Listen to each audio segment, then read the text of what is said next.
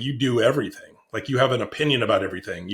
It's your body of knowledge that you're operating on. So, uh, strategic surrender to me has been like, get the hell out of your own way. Welcome, everyone, to another episode of the Seven Figure Journey podcast.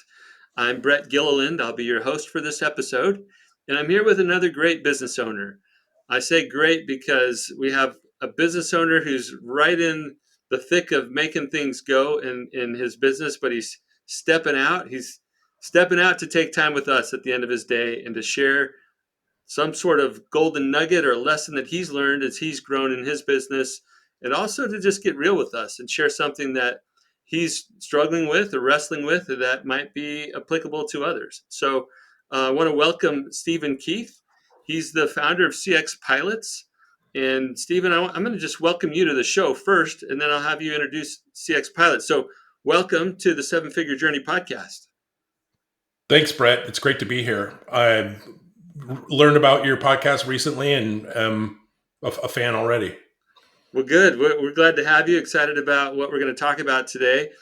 Give people some context about your business, what you guys focus on, what you're doing, so that they at least have that as the backdrop for our conversation today. Okay, so CX Pilots is a roughly 10-year-old firm in Chapel Hill, North Carolina. Our people are spread out all over the globe. Some of our employees are 4,000 miles away.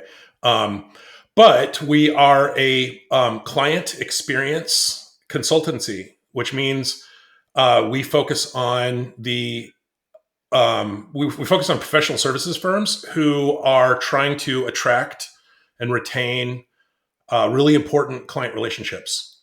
And we only focus on professional services. We do not focus on retail or consumer or volumetric CX. So we're not helping people sell Jeeps or Skittles. I like, So I like how you pulled those two examples, Jeeps and Skittles. I kind of like to combine those things. That's a good one.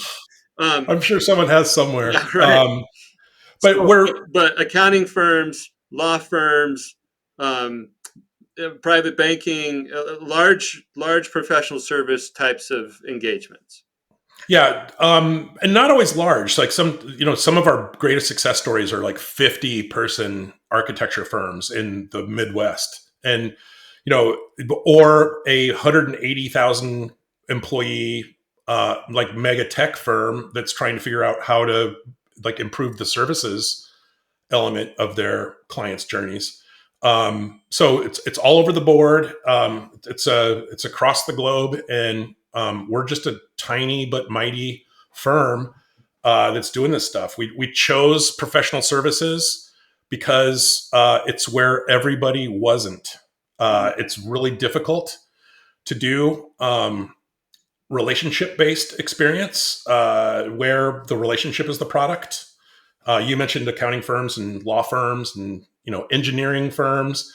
We count some of the largest law firms and engineering firms and accounting firms as our clients, and some of the smallest ones. So what we do is really interesting. There's a lot of behavioral psychology, um, there's a lot of like behavioral economics. There's a lot of Excel spreadsheets. It's not as sexy as people might think it is. I never realized how much calculus that I'd have to be doing at this stage in my career, but it is what it is. But understanding that core relationship between these professional services and their clients, what really drives the loyalty, the experience to be what it needs to be for those clients, that's your expertise, and you help these firms figure that out and maximize that relationship.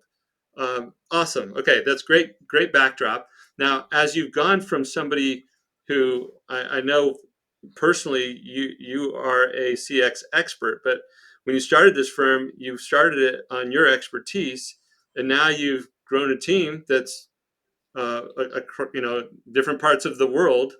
But this team is a growing team of experts in this space, and you personally have had to move from doing all the stuff to now building a team and helping other people do the stuff, and And that transition is what this show is really, it's right at the heart of what this show is dedicated to, that transition from scrappy, gritty founder to capable business building leader, right? Whether you call yourself founder, CEO, president, chief bottle washer, whatever, that transition from I used to do everything to now I lead everything, that's a difficult thing for a lot of business owners. So if you were to identify a key thing that you learned in that transition that has helped you to grow to where you are today, that might help another business owner, what's something that you could share that would help someone else? So I think the problem, Brett, is I have too many. Like I have to prioritize the ones I want to talk with you about. Yeah. Some of them are a little embarrassing, and I don't really want to admit them, but they're true. The One of the things that we've struggled with in our in the way that we've chosen to scale this is, I'm using scale very carefully. Mm. Well, Is that grow in the way we've chosen to Yeah? grow this. Yeah. So one of the main learnings has been what I call strategic surrender. So I have, because you so eloquently laid it out there in the beginning, like you do everything, like you have an opinion about everything. It's your body of knowledge that you're operating on. So when you start to bring other people in and they start to do things, they're coming with from a different culture, different background, different work experience, different aspirations, uh, and in some cases, like different verticals. Like they grew up in something completely different, and in even stranger case, like sometimes they're not even, English isn't their first language. So Right. uh, strategic surrender to me has been like, get the hell out of your own way. And so you got to the point where we needed to hire a chief marketing officer, and I had my sticky little fingers in all marketing decisions up to a certain point. And I took the advice of one of my mentors who said, you're if you're the smartest guy in the room, you're in the wrong room. And so you have to like hire and trust. And so that was so hard because I hired someone, couldn't really afford to pay them, but I needed someone good, and then I needed to get out of the way. In the first week, Brett, like it was crash and burn. Mm. Like I flipped out because some of the decisions being made about just the marketing and it's how connected it is to the rest of the business. I did not like anything. Like the new brand guidelines came out. I didn't like any of them. They seemed so counter to what I had worked so hard to build, and I just had to like swallow it and just like listen to my wife is really smart. She's like, I know you don't like this, but you have to give it a chance. And same on the sales side, like develop a new sales process and start to be really disciplined about uh, change. Mm. It was that strategic surrender. It's like you have to let go, and man, so hard. And then like we hit a 6 month thing where I could see a line going down in Google Analytics. I could see a line going down. Like I was like, this is horrible. And then I don't know what happened. Then it started to go up. And if you do hire brilliant people, exercise this thing that I call strategic surrender. Let them do what they need to do. Give them the runway.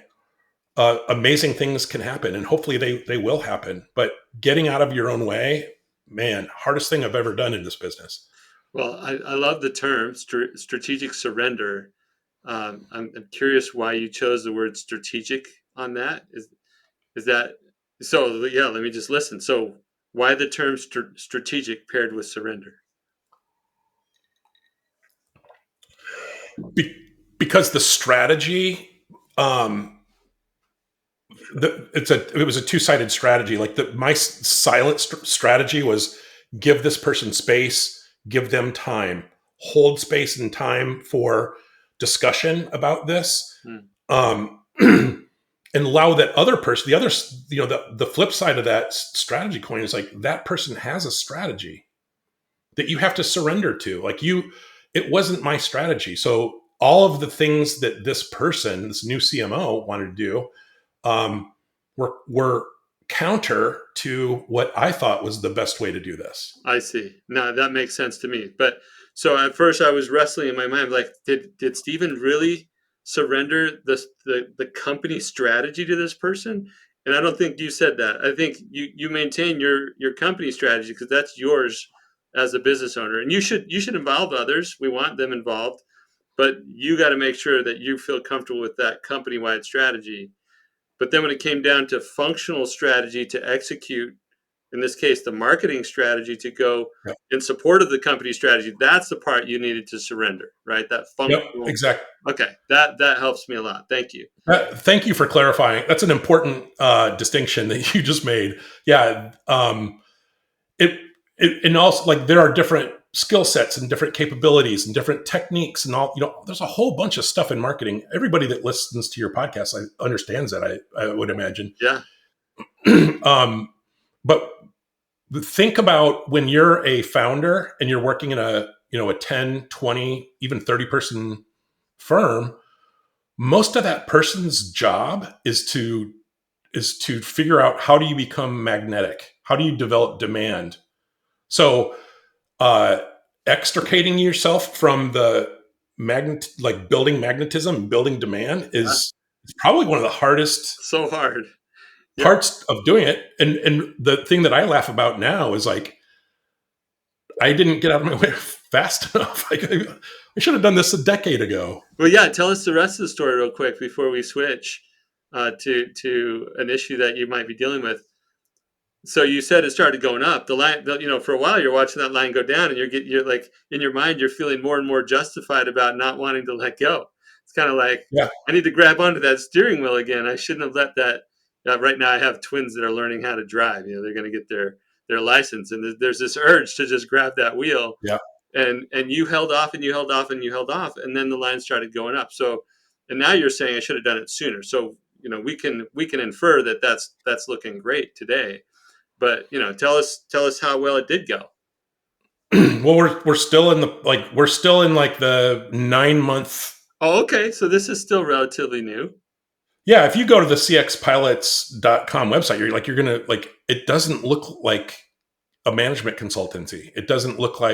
Uh it doesn't look like something that I would think represents a firm that does what we do. It and the hardest part about this for me was, like, our tagline, and the way that we, like, create the first impression. Like, we're talking about putting humanity back into your brand. Yeah.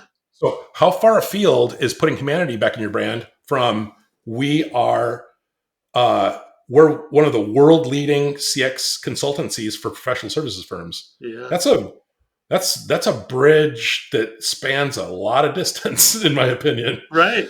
Right. And branding and marketing is so core to identity, right? So, and this is one of the things that a lot of business owners struggle with, is like, how do we do this Siamese twin separation thing where the identity of the business and the identity of the owner don't have to be so intertwined, but they Yeah. were for so long, right? You guys were inseparable. So now you got a brand or a marketing leader like separating you from your, this identity, and it is painful, but it sounds like it's going well. It's going up. It is going well. And so here's what I didn't see, because I was too ignorant, and I was just, I thought that my opinion was the best in the beginning, was the strategy behind that approach was, how prepared are our clients for the emergent uh, AI revolution.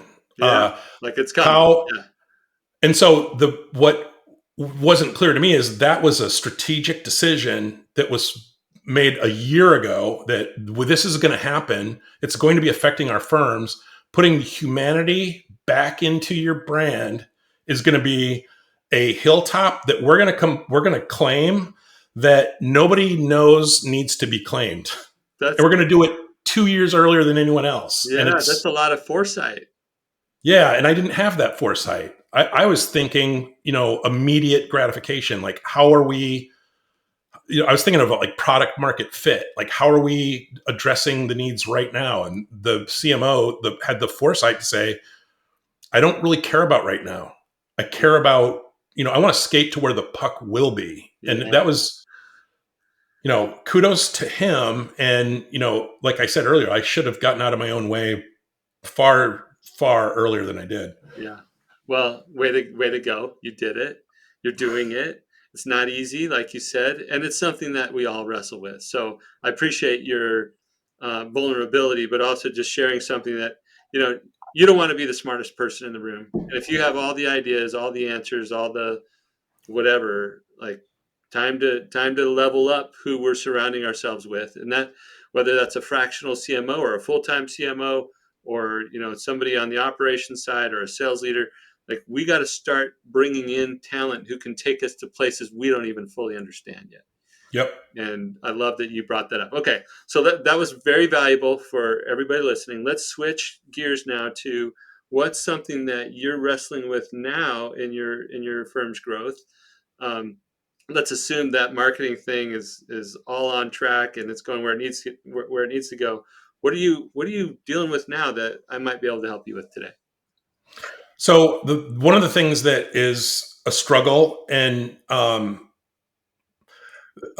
it has to do with ageism. And uh, people hire firms oftentimes because the founder has a reputation. Like I've been doing experience-based transformations since 1998, so So yeah. I've met almost all the people that I need to meet. I think worked with every major brand that I think I need to work with, and so people call and they want that. And so the challenge I'm having is I'm 55. I don't want to be doing this forever. I want to decouple the Mhm. firm from the brand. Now, this is exactly contrary to the counsel that I'm getting from other people, where you have to build up your brand, and your brand is going to, ought to be the nucleus Mhm. around which demand is generated. And I hear that advice all the time. It's not the right advice for everyone. Um, Now I'm bringing in people in their 20s, like people, like wicked brilliant people that have completely different ideas about how to approach this, or how to apply the fairly impressive body of knowledge that's been created by a lot of people in this firm over the year, not just me, a lot of people. And they're applying it in ways that we haven't been applying it. So the ageism, if I could zoom out a little bit and just kind of reframe the problem. The problem is people still want the Stephen Keith to come in and do this because Stephen Keith led the thing for, insert brand name X. Right. When they see a 28-year-old um, blonde woman show up and she starts talking, they're like, what does Stephen think? And I just yield to the younger, smarter people. One of the challenges, though, people will equate the color of your hair. I mean, if you had any, and how old you are with like your value. And what I'm trying to impart is, you know these people are extraordinarily brilliant. It's a really difficult job to get. It's difficult to get a job at CX Pilots. There's no way in hell I'd be able to get a job here today if I wasn't already, if I wasn't the founder. The We'll standards are just, grandfather you in. Right. I'm grandfathered in. So, but I don't know how to deal with this. Like, I don't know how. I haven't found accessible, like, diplomatic approaches or language other than like walk the walk. Just let these brilliant kind of Gen Z people show how freaking amazing they are, and let that do let that do the negotiating for you. And that's kind of what we're doing. Yeah, yeah, it's a great issue. Tell me, I mean, I can only guess that there's some emotion, concern, feeling, risk behind what you just described, where it's like people are coming to CX pilots because of my experience of what I've done, but then they're engaging with my younger team members, and will they go away? Will they be turned off by that? Uh, am I catching the gravity of it? Is that the core of it? Yeah. And Brett, if you'll permit, can I add another layer of complexity on top Please, of this? yeah, please.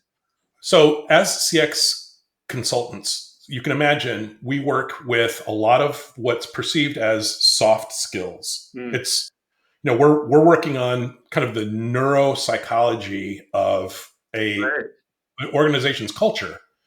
What could be more, subjective in the eyes of an executive? Hmm. And all they know is the largest engineering firm on the planet hired this guy and he solved this problem. So we want this guy.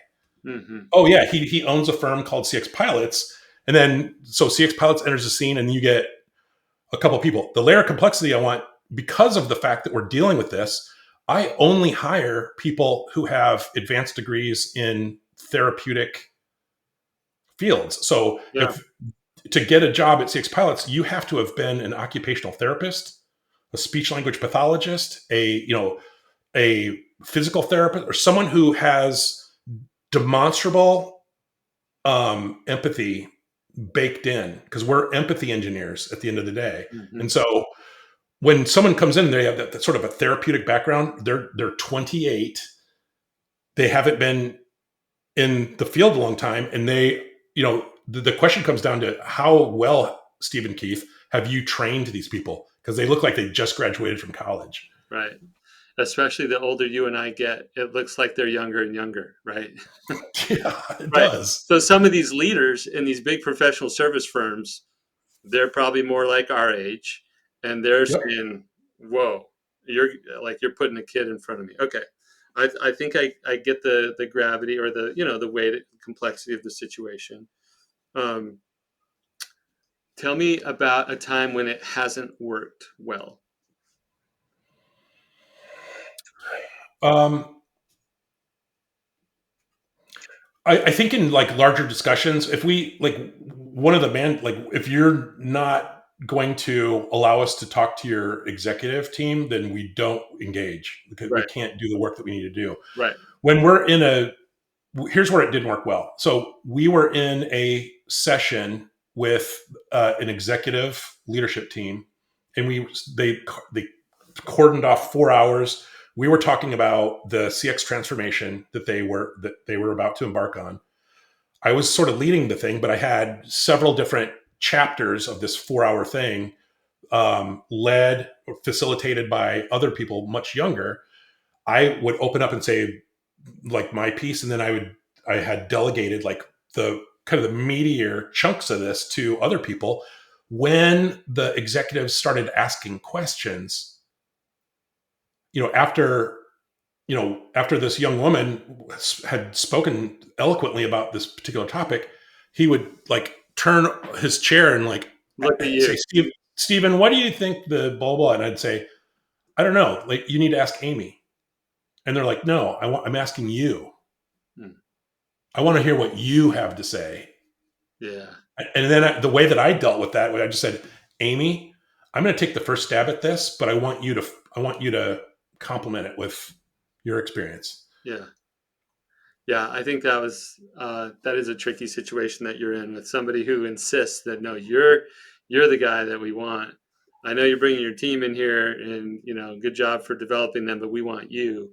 I don't know that you're going to change somebody who's set in that mindset in one interaction. Here are the thoughts that are coming to me, Stephen, and hopefully this is somewhat helpful. I can only imagine what it feels like for you to have been doing this as long as you have, to have the expertise, and people pay for expertise, but then to try to build the team so that you don't have to be the face every single time. Like there are certain things you want from your business that don't have you in the middle of it all the time. Now, some founders aren't like that. Some founders want to be in the game. Like I'm working with a husband and wife law team here in the Phoenix area. If you drive around here, you'll see them on the billboards, and because they're a personal injury law firm. So those personal injury law firms are always on the billboards.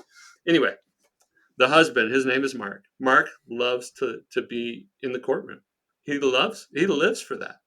So what he did is said, look, I enjoy the sport or the engagement or the activity of being in the courtroom for one or two cases a year. The rest of the time, I'm going to be CEO and I'm going to be out of the operations. But I'm going to take one or two cases a year just because I love doing it.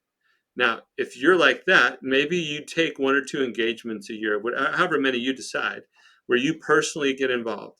And maybe you float that a little bit and you say, when we come across one of these, I'm going to make where they can't accept my younger team members, I'm going to make the conscious decision to do it. Or, Stephen, you might take the stance that when we come across one of these, I'm going to be willing to fire a potentially lucrative client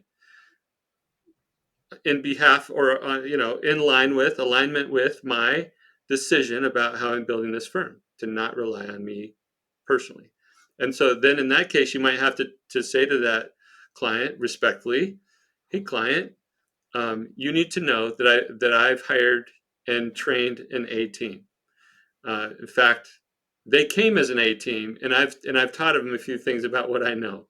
But I'm putting them here. I'm only here today because I think that you think I need to be here. So I'm here to give you some peace of mind that this company has the expertise you're looking for.